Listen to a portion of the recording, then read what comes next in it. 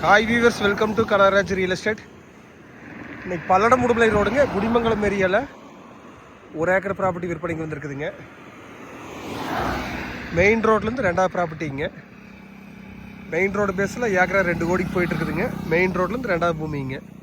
அந்த தென்னந்தோப்பு போட்டுன மாதிரி 1 ஏக்கர் ப்ராப்பர்ட்டிங்க. இந்த ரோடு பார்த்தீங்கன்னா குடிமங்கலம் ஏரியாவில் பொலாஸ் தாராபுரம் ரோடுங்க. அந்த மெயின் ஹைவேலேருந்து 2வது ப்ராப்பர்ட்டிங்க. இன்வெஸ்ட்மெண்ட்டுக்கு, குடோன் பர்பஸ் எல்லாத்துக்குமே சூட்டாங்க.